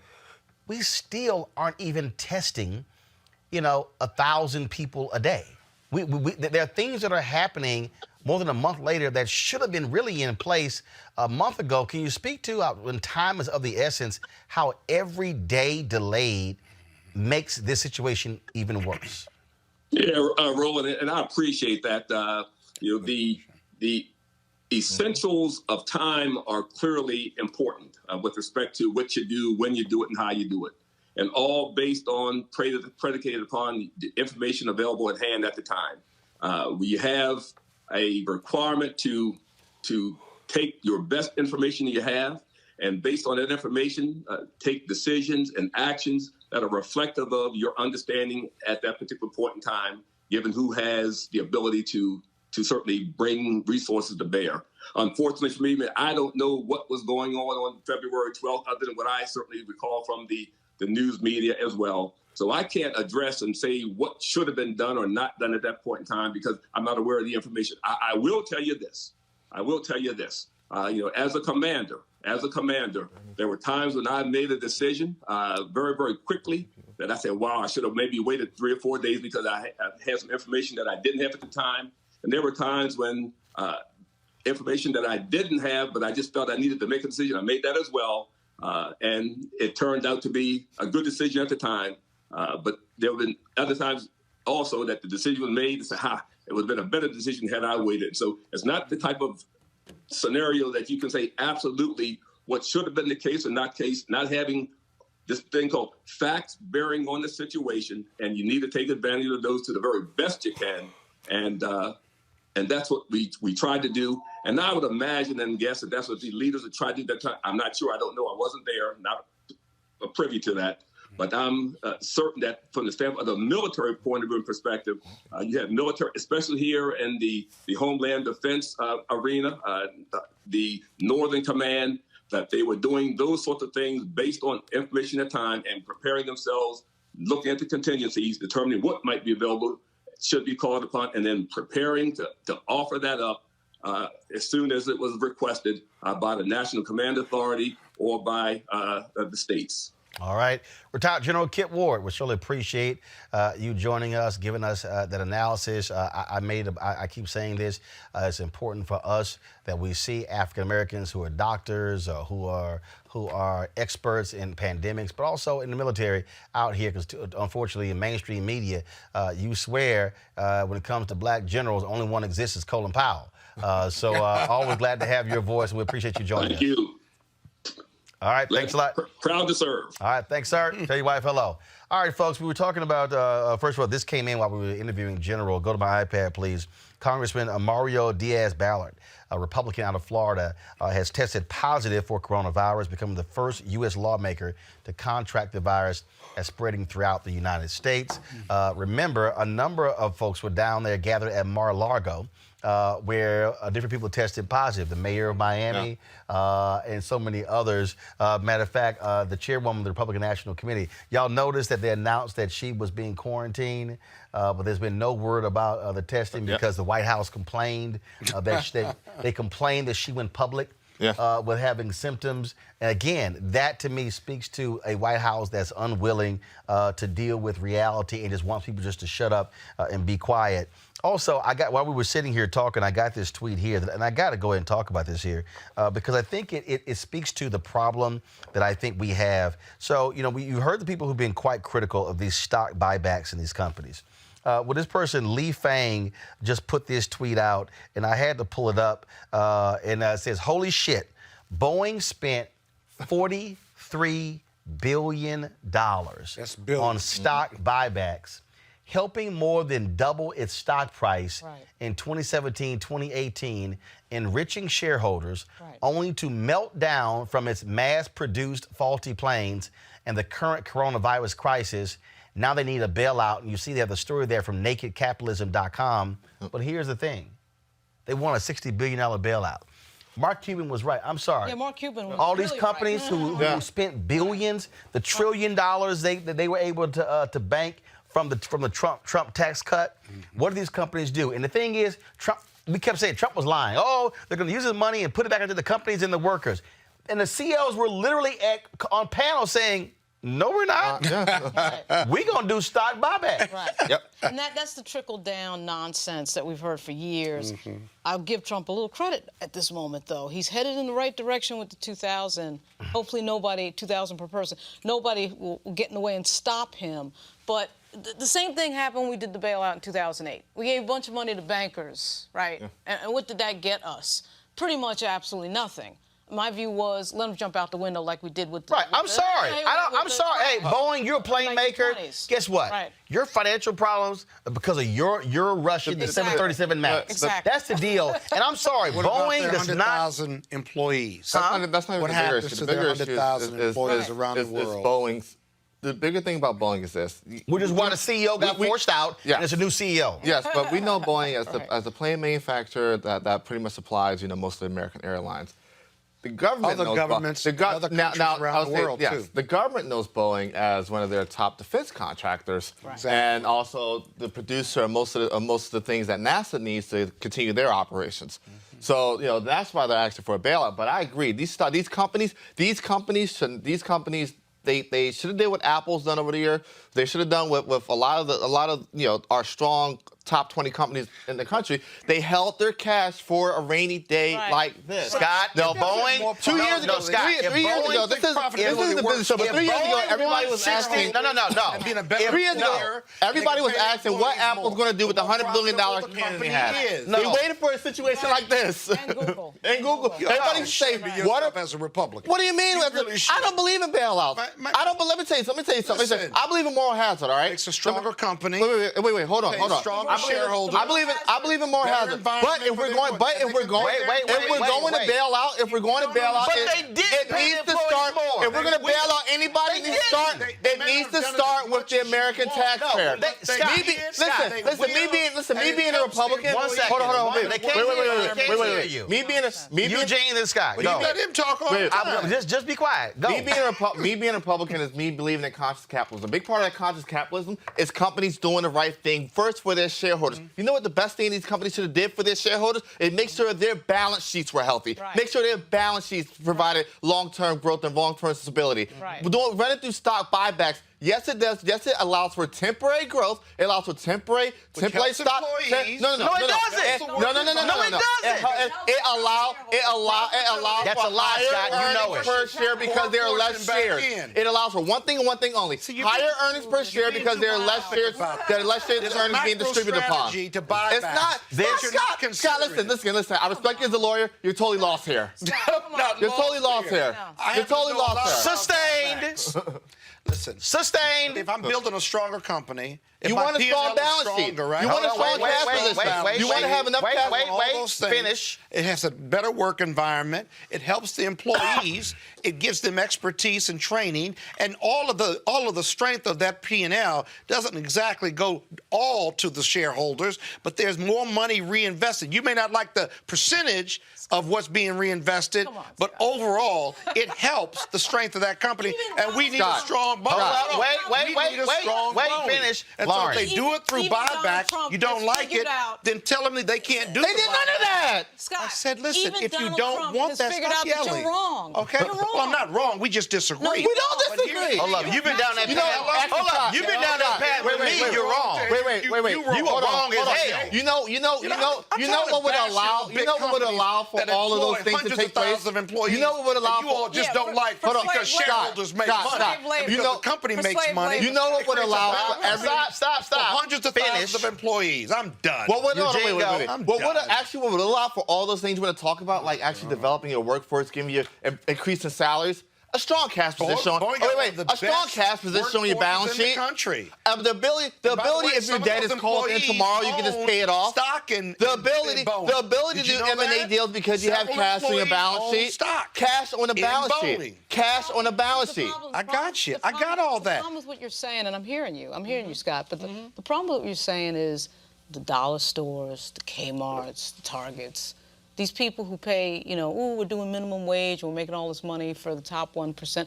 What Bernie That's all Sanders they can afford. Yeah, okay. What Bernie Sanders says is right about that. That's the thing. That's the inescapable fact. Okay. And that employees will never be rich working for Target? No, that the very small percentage of people on the top make the most money, and then there's this big group at the bottom. They started the company. Oh, they take all the risk. Hold on. I can't disagree there. First of all, this is real simple. You want a better job? But that's not what we're talking about. We're talking about buybacks here. Wait. This is real simple. Get a better job. No, this is real simple. Wait a minute. This is real simple. You could have had a VA. No, this is real simple. Boeing, I'm talking now. I'm talking. This is real simple. Boeing. This is real simple. I got this. I'm talking. If you're Boeing, if you want a $60 billion bailout, this is what we're going to do. We're going to give you a $60 billion loan. Okay. And we want our money back. No. No interest rate. No, the federal government. No, hell no. No interest. No, you're going to pay an interest rate. You're going to pay an interest rate. Because we can't afford Let me say it right now. The cruise industry, Boeing. They need help too. Casinos, all of you. If you want taxpayers to bail you out, there's going to be a list of stringent restrictions that you got to abide by, and you're going to pay it back. I'm sorry. It is nonsensical for those companies that took that money to do stock buybacks. You're Sheldon Adelson, and you're worth $31 billion. Yeah. That's misleading. No, it's not. Mr. Martin, you don't understand. No, it's not. This is real simple. This is real simple. We are not going to go down another path where we're going to bolster their bottom lines and do what the banks did. They said they had toxic assets. And those same banks, what did they do? Took the bailout, shored up their bottom line, held on to those toxic assets. Yep. When the home market improved, then sold those toxic assets in bundles of 25 and 50,000 block homes to private equity. And then made Americans then become renters as opposed to homeowners. No. The only way this works, first of all, not only they survive, they thrive. Half of them merged. And the homeowners are renters, not owners. He couldn't afford to be an owner. The people couldn't afford to be an owner. Scott, are paying into those companies. See, the idea that you give the 2,000 and the moral hazard argument's not a terrible terrible one. But when they get the 2K or the 1K or whatever it is, they pay into the companies that you're talking about to become profitable. What's wrong with that? Well, because my thing is this. My thing is this. That way, it's not enough. The companies were negligent. You take the bailout. That's what this comes down to. Power the shareholders. Companies were negligent. You took all your cash. Companies were negligent. What you have right now are a bunch of companies that made bad decisions. You have a bunch of Dick Foles running around right now. Well, wait a You got a minute. bunch of John Max running around right now. You got a bunch of CEOs. You got a bunch of CEOs that made bad decisions. For the coronavirus? You have a bunch They're of responsible for the coronavirus? Let me say, you have a bunch of. Listen, I know a lot of these folks are your clients, but the thing is that you have a lot of folks that wanted to pretend to be Eric Schmidt and Tim Cook.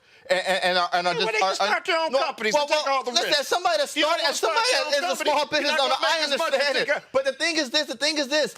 When you are, I'm not mad. What's wrong with wealth? I'm not mad. I believe in wealth. I believe in chances. Listen, right? You know what develops so you don't wealth? take the chance. Good balance sheets. Big money.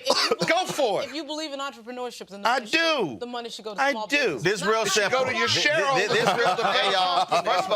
First of all, hold on. We got. What about you people? Hold on, got it. Hold on. What do you mean, you people? Hey, stop. First of all, let me be real clear. Stop talking, Kappa. I'm Republican. Kappa, stop talking. You'll get over it. You'll get over it. All right. Hold up. I got it. Hold up. No, we're done with the topic. We're done. I think she wants to talk. We're done. No, we're done with this topic. What we'll talk about is when the hell is Bernie Sanders going to get out of the race? Last night, of course, we told you what happened on Tuesday night, where here in Florida, in Illinois, we can go down the line, how Joe Biden did. Let me tell you, there's something that's so cold. I didn't even realize this. Well, somebody did this here, and there's some fool, of course, who also follows me, who's like, you've been sold out for Biden, which is funny because I haven't endorsed anybody at all. But I saw a tweet from David Axelrod that I thought to be quite interesting. And he said that of the 9 states that Biden has won, here it is. Let me take a picture of it. Hold up. Wrote to us for this? He said, yeah. Actually, I interrupted you for it because, frankly, you were saying the exact same thing over and over and over again. No. First of all, we already covered it because big businesses. Also, I understand that Scott is playing y'all and does bullshitting, and y'all are falling for the okie doke. So yes, he is. Y'all are falling for it. Always on it. Anyway, you damn right. I know exactly what the hell it was. So it's like, he went down that rabbit hole and you chased it. And that's why I was sitting there. No, both y'all chased it. Yeah, right. Like I said, and you still chasing it. Right now you chasing it. That's why you laughing. That's why he laughing. So David Axelrod tweeted this out. He said, amazing stat from a smart Florida political hand. In Alabama, Arkansas, Florida, Mississippi, Missouri, North Carolina, South Carolina, Tennessee, and Virginia, Joe Biden won all but 10 counties. That's 9 states. Yep. All right, that's not a blowout. That's like a straight ass whooping. That's a Thanos snap. Now, this is real simple. Bernie Sanders has, first of all, Axios reported he was suspending his campaign. Y'all, can y'all stop falling for Axios? Okay, if Axios reports anything, don't believe it. Okay, just straight up, don't until somebody else confirms it. But here's the deal.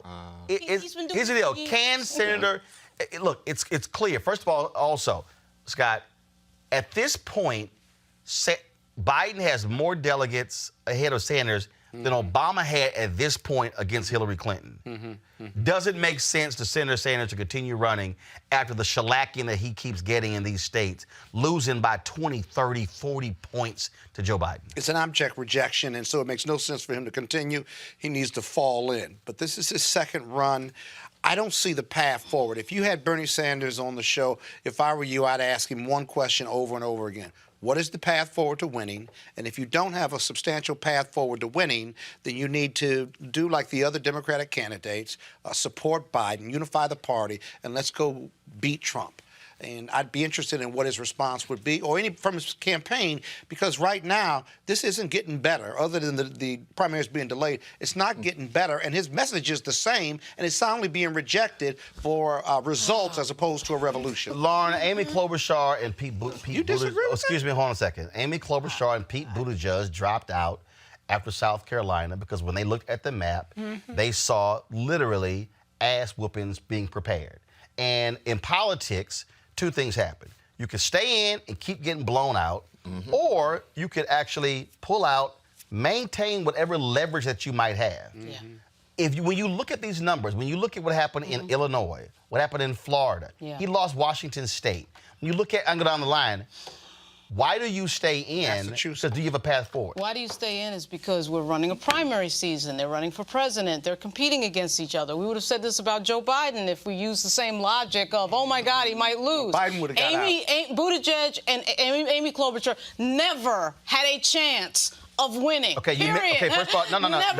First of all, you missed what I just said. No, you did. What I just said is after South Carolina, they saw the gauntlet coming forward. They saw how bad they did among black voters. When you look at the election results that even took place last night, and then go to last Tuesday, and then you look at what happened, again, losing by 40-plus points in Florida, losing by double digits in Illinois, and then we can go on, losing in Michigan, a state he beat Hillary Clinton in. What is the path forward for Senator Bernie Sanders? In 2008, Barack Obama ran. He ran a very smart campaign with regard to the delegate count, and it came to sort of the end. We didn't know what was going to happen. I'm not saying that we don't know what's going to happen now. It looks like Biden is going to win.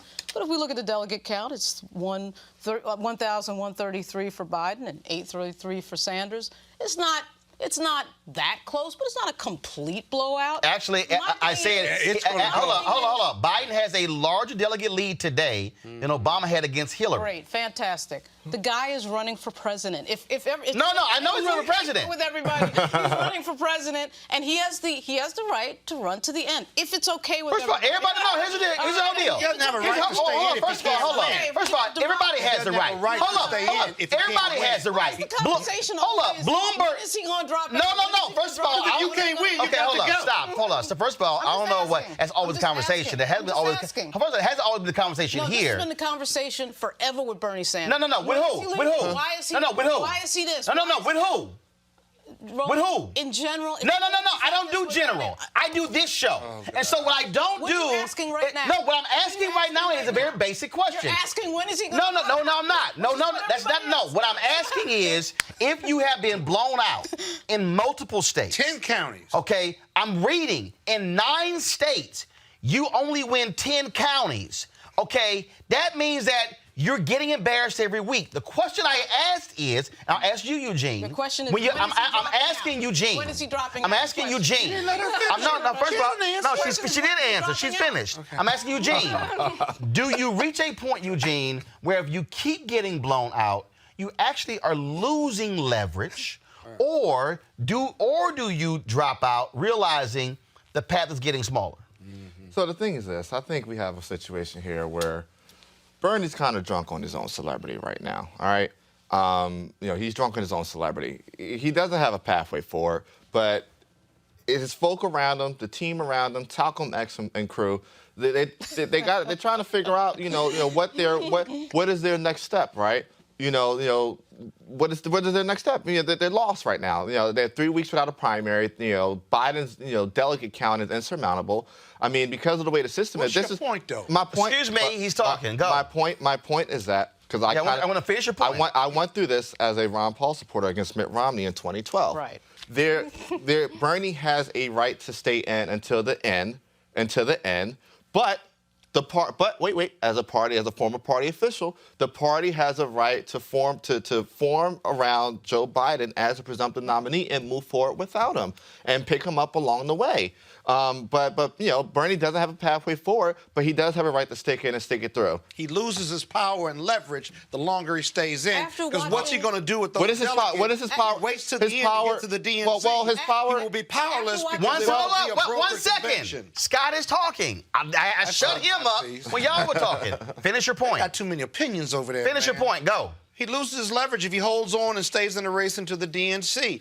Right now, he can get out, use his delegates, and negotiate for something of value for himself, his state, or whatever, basically. Every day he stays in and doesn't unify behind Biden to go after Trump, right? He's becoming powerless or less powerful. The question I'm going to raise is here because, again, here's the deal. When you said Bernie has a right to stay in, every candidate could.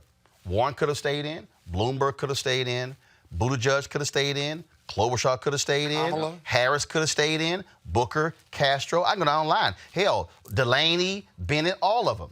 But all of them came to a point where they said, all right, let me look at this whole deal here and say, me staying in, what does it actually get me? Yeah. If you're Sanders, and if you're looking at the map forward, and you're in this to win it, what are you looking at? What can you win when two states that were just flat out Michigan and Washington State, you won 4 years ago, you couldn't even win this year?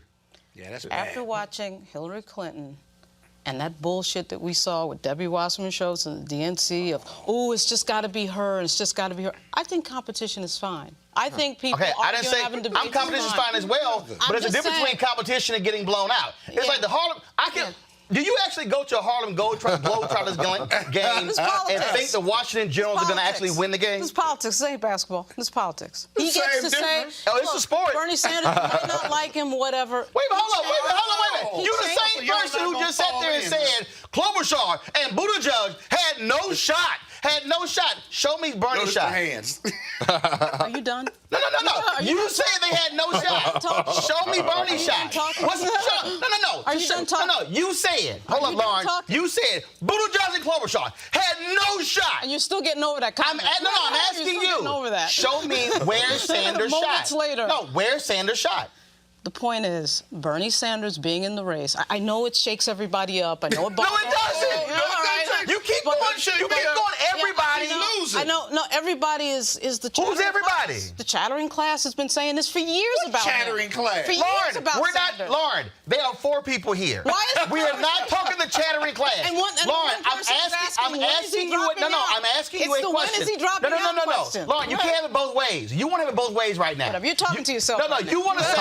You want to say Buttigieg and Klobuchar had no shot. But then when I ask you where's Sanders' path forward, then you're like, oh, here's the right to run. You're talking to give it yourself. both ways. Eugene, do you see? If I could finish the sentence, which of course but you can't even answer the question. Yeah. All right. Whatever. I know you want to box me into your world. No, I want you to answer the question. My point is you said Klobuchar and Buttigieg had no shot. You're talking to yourself. Show me. Okay, explain to me of the remaining states. What is the path forward for victory for Sanders? This is a different question. What is the path forward for the victory of Sanders? Boom. Okay, so I already told you. I know it's shocking, but okay. The guy gets to actually run and compete. Now. Okay. So the thing is this. That ain't an answer. Can I finish? Okay. Is it all right? Can I finish? Can you hold? Yeah. Do you have the self-control to listen? No, I got it. Biden is probably going to win. We know that. Okay. All right? Are you good now? You feel good? Okay. That Biden's going to win? But you still haven't answered the question. Eugene, do you want to answer the question? The question is, even though he's probably not going to win, he gets to compete. Again, I know democracy is hard. Wow. And guess what? Amy gets to compete. And Buttigieg gets to compete. But you said they should have dropped out because they had no shot. I know your question. This is hilarious. Basically, your question is, when is he dropping out? No, actually, That's your real question. No, actually, what my question. First of all, that's your real there's question. no real question because I asked the real question. The real question is for you to sit here and say, okay, of the 28 remaining states or whatever, here is the path forward. We know that. So what you're really saying is there is no path forward. So what the hell you want to stick around? Go ahead, Eugene. I had a friend that was a big Newt Gingrich supporter, right? And he used to always say to me, the one thing you can tell when a campaign's dead when they talking about a movement and not a campaign, right? And so I think the real question is, how do Bernie Sanders supporters define victory? And I think Scott made a very indirect point earlier. Their leverage, their leverage is their maximization of delegates at the convention to move the party in the direction they want to.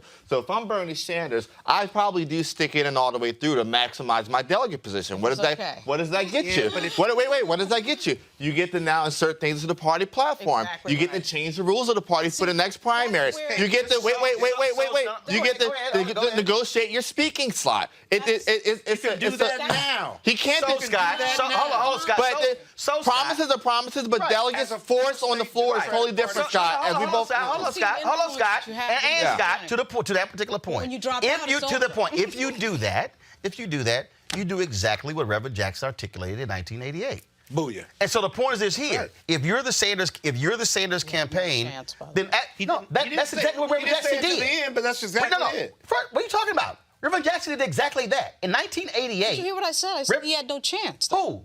Reverend Jackson. Oh my God. Okay. That's the point. Oh my God. That's the point. I can't. Okay.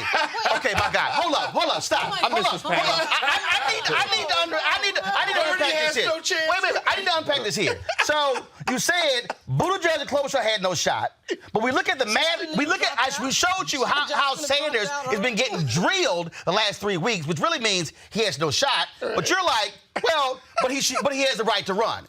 But they had the right to run. But then I'm explaining what Reverend Jackson did, and it's like, well, but he had no shot. Duh!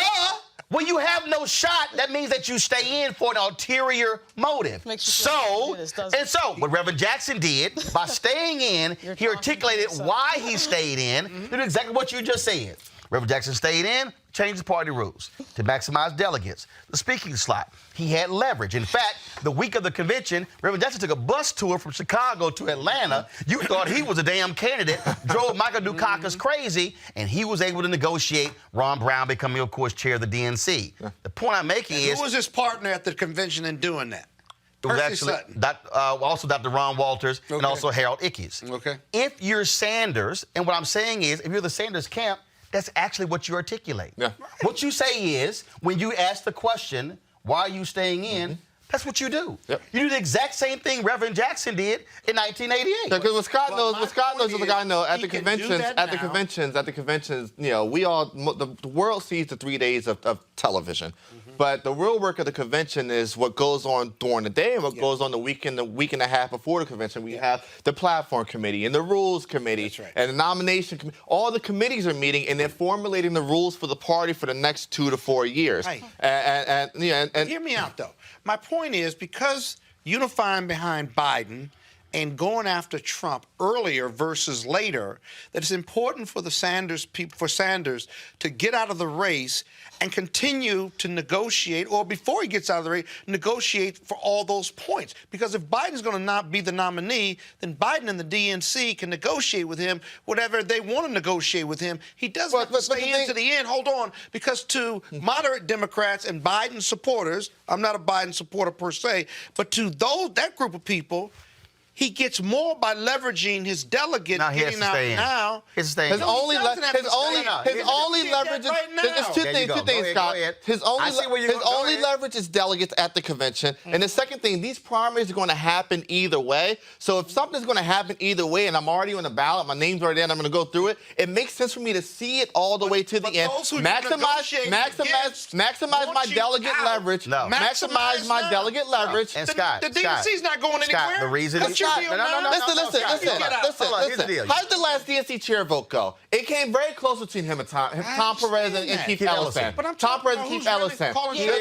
Here's why. Ellison was the Sanders candidate and didn't win because they didn't want that voice in the party, quite frankly. But Sanders has forced, just like Eugene just said, the reason is superdelegates. Sanders has forced a conversation that we wouldn't even be having about certain strategy issues. right now, whether he gets out. The only reason later. Here's the deal. Senator Bernie Sanders, first of all, is not a Democrat. Independent, running as a Democrat. Wait. Goes back to independent, not running as a Democrat. He's 78 years old. You hear the criticism about legislation. Here's the reality. This is his swan song. Yep. And this being his swan song, this is all he has. The reality is here. Just very basic. Answer this here. Would Senate leaders be listening to Bernie Sanders if he wasn't a Democrat, was not running for president? No, because they wouldn't need to. The threat with Bernie Sanders right now is that he has an army of supporters across this country that are currently activated. It's not like there was like 2 years ago where, you know, he might run for president, he has a following. Right now, people are tuned in. So Bernie Sanders says, okay, you know what? Y'all don't want to listen to me. I'm gonna actually, you know the perfect example. It is 2008 during the middle of the campaign. Hank Paulson had cut a deal with both sides of Congress on a bailout. What happened? John McCain comes in, blows it up. Goes to supporters, blows up the deal, so that Hank Paulson then has to go to Nancy Pelosi and cut the deal rather than with Republicans in the U.S. Senate. Bernie Sanders has the possibility to do that exact same thing right now when it comes to dealing with this coronavirus and other things that are moving through Congress. Really quickly. Hold on, but if he does it now or later, he doesn't lose that leverage. Yes, he does. He merely activates. He activates those Bernieites for Biden, and that's what the party and Biden want him to do. But no, he doesn't. Here's the deal. Here's the deal. He cares First of all, about beating Trump. he knows that even if he stays in, he can raise $30 million next month. He can raise $30 million in May. No. What I'm saying is, so what I'm saying is, when you look, when you look at the other campaigns, the other campaigns also made practical decisions because they had to drop out because their money was drying up. I said that earlier. So what you're dealing with now is, so if you're Sanders, and what I'm saying is, if you're the Sanders camp, just say it. What you should say is, we're going to stay in this all the way to the end. This is exactly what our strategy is. We're not going anywhere. But fine. And what I'm saying is, you go ahead and say it. First of all, they're going to assess their campaign. Well, but again, though, I hear what they're saying, but my whole deal is, if you want to use the Reverend Jackson playbook, and understand, to all people who are watching at home, okay, all the people right now who want to dismiss Reverend Jackson, let me remind you, the Reverend Jackson playbook that he ran in 1988 is what created the opportunity for Obama to win in 2008. That was 20 years of being able to change the rules. So don't think for a second that if you drive it out to the convention and you maximize your leverage, you can't impact what happened 20 years later. Last story here, folks. I keep telling y'all, well, we know what the hell. You know what time it is. You know what time it is. No charcoal grills are allowed. I'm white. I got you, huh? Illegally selling water without a permit On my property. Whoa! Hey! You don't live here. I'm uncomfortable. Okay, normally I do not show videos of children fighting. But you're going to. I'm not done. Normally I don't show videos of children fighting. But when you have a little white kid who decides to roll up on a grown black woman and yell the N-word at her, and then, being a black mama, she says to her daughter, not her son, get on this. I'm sorry, I just could not resist myself.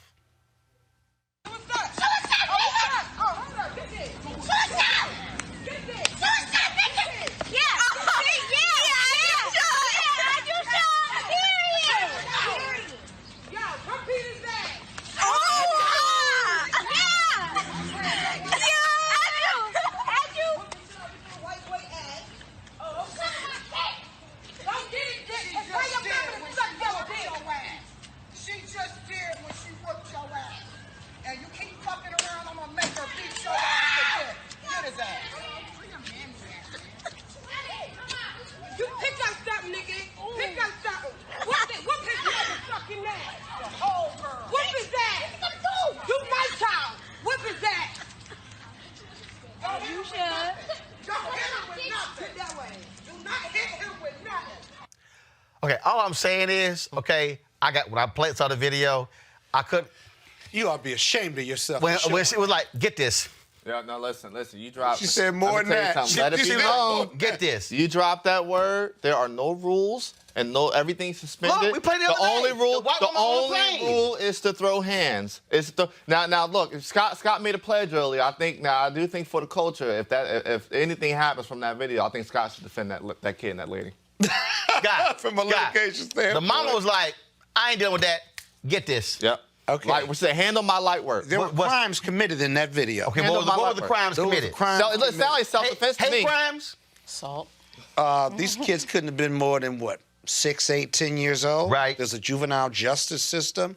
When the police get that video, and I know your public may not like me saying this, but the mama in regard to reckless endangerment, the kids in regard to being physically abusive to one another, and she encouraging it, I think a juvenile judge would be interested. And guess what, Scott? You're going to defend that mama. Yes, you are. I'm not. You're going to defend that mama. I don't do juvenile crimes, but I will say this. Scott, you're going to defend that mama. They will go to mediation, and they will get help. But you know, a high-powered lawyer like yourself will make sure that kid is fine, right? Well, I don't care what the little white kid said. The mama shouldn't be encouraging violence. You shouldn't be encouraging violence. Well, the thing is this. We got to care what the little white kids said. Are you listening to me? Little white kids, listen, little white kids using the N-word turning Little white kids using the N-word turning to grown white men using guns and using the N-word. So we got to care about what reprimanded. She should have took that kid home. He was reprimanded. He was. Yeah, well, he got his butt kicked. He was reprimanded. That's a reprimand. Didn't stop him from keep coming. But what I'm saying is, we shouldn't, no matter what the basis of violence is, it shouldn't be encouraged, and you shouldn't be running videos like that, because inherent and indirectly or directly, you're encouraging violence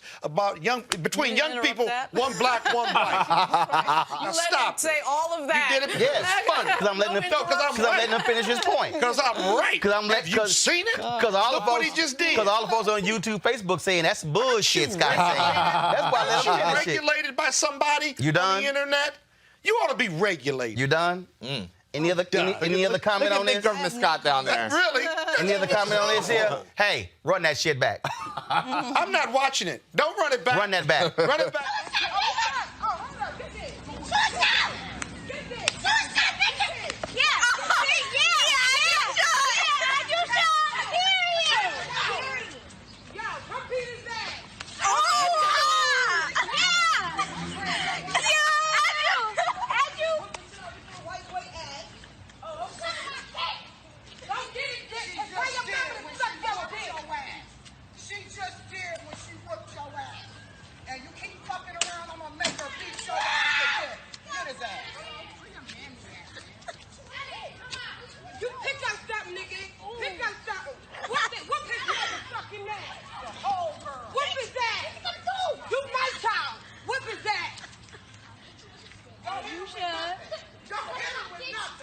While he's down. But what about, you got at least 8 counts. But what about when two people are fighting? Isn't there a difference when you have two people fighting back and forth? Well, you can take into account who's being, who started it, right? Who's ending it. Force must be met with force for self-defense. Isn't she liable for endangerment of a child? Reckless endangerment. Yeah. Of a child. Watch. Keep an eye on this story, ladies. Keep an eye on the story. All I know is we got Roland running a video of it. All I know is Chad got his ass whooped by a sister in a dress. It's not that funny. You ever got your ass whooped? Sister in a dress with one house shoe on. It's never fun. It's never fun. All I'm simply saying is white people. I think you got to be more responsible about this. I'm being responsible. White people. You are? I'm advising y'all. Do not raise your kids to yell the N-word at no grown black woman, especially when she got Layla Ali on her side. That's all I'm saying. You'll get your ass beat. I'm just saying. I've never been more disappointed in you in my life. And if you're a drunk white woman on the plane, do not call the black male flight attendant the N-word when you got a sister sitting next to you who about to whoop your ass as well. All I'm saying is, as a public service announcement, a public service to all white Americans, it ain't gonna end well if you do that. Violence is never the answer. You're gonna end up on our crazy-ass white people segment. Y'all support Roland Martin Unfiltered by going to RolandMartinUnfiltered.com. You can go to use our Cash App, Square, and PayPal to support our Bring the Funk fan club. Y'all know what we do. Of course, we had General Kip Ward, retired 3-star general. So Friday show, folks, we're going to have retired 4-star General Lloyd Austin on the show. One of the high-ranking African-Americans ever in the history of the military. He's going to be right here, talk about the coronavirus and really the role the military can play. So we're looking forward to having him on the show as well. We also, if you got any suggestions on black health experts you want to see us talk to regarding coronavirus, send us an email by going to RolandSMartin.com, going to RolandMartinUnfiltered.com. You can join us. I want to thank our panel, Scott, Eugene, Lauren. I want to thank Steve Perry, Bill Spriggs, as well as General Kip Ward for being guests as well. All right, y'all, we got to go. I got to go give Scott some lessons on being a black man in 2020. How